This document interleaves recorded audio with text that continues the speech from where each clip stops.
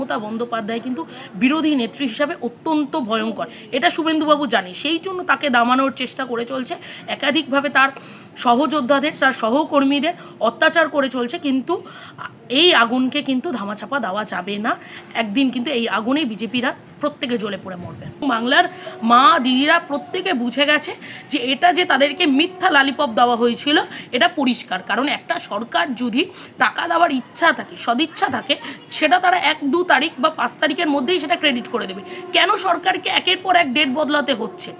3 মাসের সরকার অতিক্রান্ত হলো, তার মধ্যে প্রায় 30টা নারী নির্যাতন এবং ধর্ষণের মতন ঘটনাই বাংলায় ঘটে গেছে। দেশবিরোধী বিজেপি না হলে অন্তত 15ই আগস্ট দিনটাকে তারা সম্মান করতো।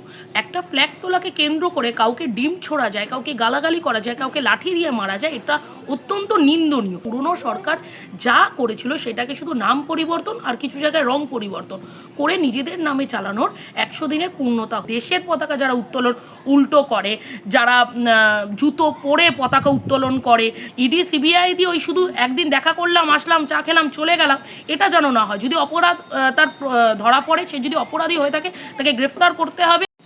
দিদি, আমরা দেখলাম যে শুভেন্দু অধিকারীর যে নতুন সরকার, সেই সরকারের 100 দিন পূর্ণ হলো। তো কিভাবে মূল্যায়ন করছেন সামগ্রিক পারফরমেন্সকে? 100 দিনের মূল্যায়ন যদি আমায় করতে হয়, তাহলে প্রথমে বলতে হবে যে 3 মাসের সরকার অতিক্রান্ত হলো, তার মধ্যে প্রায় 30টা নারী নির্যাতন এবং ধর্ষণের মতন ঘটনাই বাংলায় ঘটে গেছে। তার মধ্যে কিছু ঘটনা দেখেছি, কেউ থানার ভিতরে কোনো মানুষকে পিটিয়ে হত্যা করা, কোনো অপরাধীকে এনকাউন্টারের নামে রাজসাক্ষীকে উধাও করে দেওয়া, মানে মেরে ফেলা, এছাড়াও আরও একাধিক ইস্যু। আর মানুষকে শুধু মিথ্যা প্রত্যাশা দেওয়া। একাধিক প্রকল্পকে শুধুমাত্র আগের সরকার যেই প্রকল্পগুলো চালু করেছে সেই সরকারের নাম, সেই প্রকল্পগুলোর নাম পরিবর্তন করে সরকার দিয়ে যাচ্ছে এবং তাই বলে যাচ্ছে যে আমাদের সরকার নতুন করে তৈরি হয়েছে। আসলে পুরনো সরকার যা করেছিল সেটাকে শুধু নাম পরিবর্তন আর কিছু জায়গায় রং পরিবর্তন করে নিজেদের নামে চালানোর 100 দিনের পূর্ণতা হলো। এবং আমি বিশ্বাস করি এইভাবেই আগামী 5 বছর চলবে। আগের সরকার যা করে গেছিল শুধু সেটাকে ভাঙিয়েই তারা চলবে, নিজেদের আর আলাদা করে কিছু হবে না। দিদি, আমরা দেখেছি যে উপাসনাদি এবং তৃণমূলের আইটি সেল প্রধান এবং সহ অন্যান্য অনেক নেতৃত্ব, তাদেরকে আশুতোষ কলেজের সামনে ডিম ছোড়া হলো 15ই আগস্টের দিনে, স্বাধীনতা দিবসের মতো একটি দিনে। সামগ্রিকভাবে কিভাবে দেখছেন বিষয়টা? দেশবিরোধী বিজেপি না হলে অন্তত 15ই আগস্ট দিনটাকে তারা সম্মান করতো। একটা ফ্ল্যাগ তোলাকে কেন্দ্র করে কাউকে ডিম ছোড়া যায়, কাউকে গালাগালি করা যায়, কাউকে লাঠি দিয়ে মারা যায়, এটা অত্যন্ত নিন্দনীয়। দেশবিরোধী না হলে এটা কখনো করতে পারতো না। যেই আরএসএস বহু বছর দেশের পতাকা উত্তোলন করেনি, যেই মোদিজি ভার্টিক্যালি নাকি পতাকাটা উল্টো রেখে বলছে সেই আইটি সেল কাজে লেগে গেছে যে না তারা পতাকাটা ঠিক করে রাখিয়েছে, এইগুলো যারা করে, উত্তরপাড়ায় বিধায়ক উল্টো পতাকা উত্তোলন করলো, এরকম যারা করে তারা তো দেশবিরোধী। শুধু তাই নয়, নেতাজি সুভাষচন্দ্র বসুর নিয়ে আমরা ক্ষুদিরাম বসুর কে নিয়ে একটি প্রোগ্রাম করেছিলাম তৃণমূল কংগ্রেসের পক্ষ থেকে। সেই দিনও বিজেপি আশ্রিত গুন্ডারা যেভাবে অত্যাচার চালালো, যেইভাবে গালিগালাজ করলো, এবং কোনোদিনই মহিলাকে তারা সম্মান করতো না, এবং পুরুষদের উপরও যেভাবে অত্যাচার গালিগালাজ করলো, মমতা বন্দ্যোপাধ্যায়ের দিকে আক্রমণ করলো, আমাদের তৃণমূল কংগ্রেস কর্মীদের দিকে যেভাবে আক্রমণ করলো, এতেই বোঝা যায় তারা দেশ বিরোধী।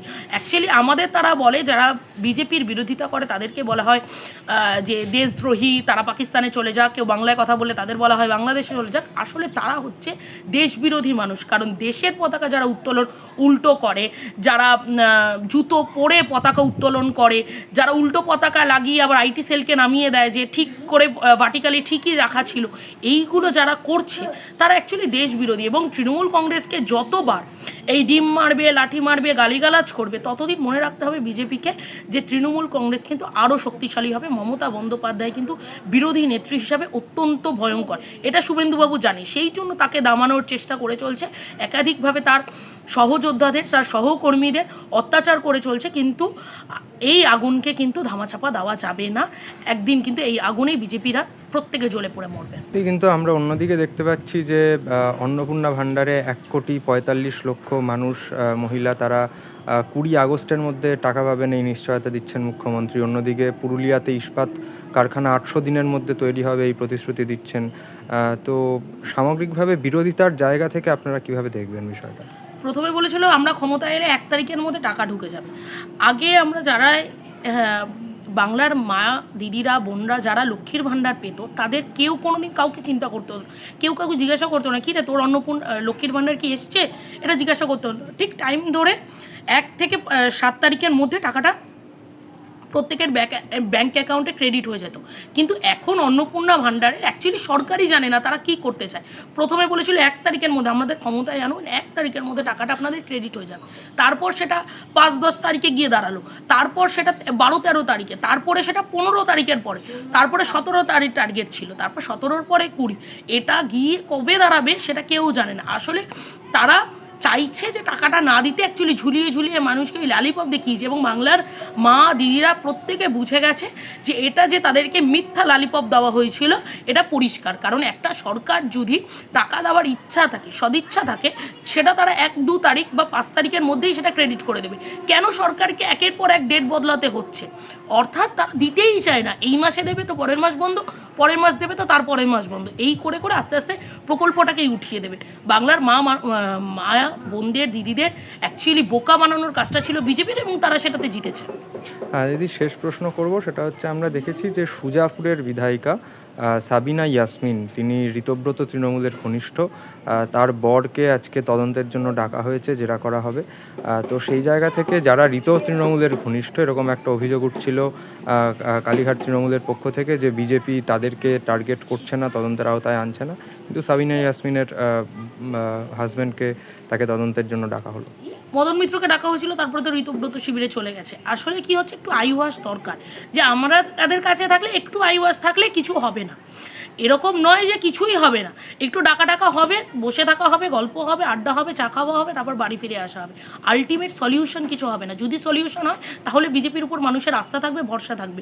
যদি সলিউশন না থাকে, যে বিজেপির বি টিমের কাছে, ঋতব্রতর কাছে চলে গেলে যে তারা সাধু হয়ে যাবে, এই যে আমরা বলছি বারবার, সেটা মিথ্যা প্রমাণ বিজেপিকেই করতে হবে। ইডি সিবিআই দিয়ে ওই শুধু একদিন দেখা করলাম, আসলাম, চা খেলাম, চলে গেলাম, এটা যেন না হয়। যদি অপরাধ তার ধরা পড়ে, সে যদি অপরাধী হয়ে থাকে, তাকে গ্রেফতার করতে হবে এবং প্রশাসনকে সেই ব্যবস্থা নিতে হবে। কিন্তু সেটা যদি না করে তারা শুধু আসলাম, বসলাম, চলে গেলাম, এইটুকু যদি করে, তাহলে মানুষের তো যেটা বলছে বাংলার মানুষ, শুধু আমরা বলছি তা তো নয়, যে ঋতব্রত শিবিরে গেলে যাদেরকে একাধিকভাবে জমি মাফিয়া বলেছিল বিজেপির নেতৃত্ব, কলকাতায় একজন জমি মাফিয়ার নাম বলেছিল, কেউ একজন মিনি পাকিস্তান বানিয়ে দেওয়ার কথা বলেছিল, তারা আজকে শুভেন্দু অধিকারীর পাশে বসে আছে। তো এটা তো আমাদের বলতে হচ্ছে না, এটা সমগ্র বাংলার মানুষ বলছে। তাই এটা তাদেরকে প্রমাণ করতে হবে যে তাদের দলে গেলেও যে চোর সাধু হয় না। কিন্তু বিজেপিতে এটা প্রমাণ করতে পারবে না, কারণ বিজেপি দলটাই তো যারা চুরি করেছে, যারা ডাকাতি করেছে, তাদেরকে যখন একটা দল থেকে বহিষ্কার করে দেওয়া হয়েছে, অন্য দলে চলে গেছে, কিংবা কেউ টাকা বাঁচাতে গিয়ে অন্য দলে চলে গেছে। এইভাবেই তো বিজেপি দলটা তৈরি হয়েছে। তা এরা কিছু আর প্রমাণ করতে পারবে না।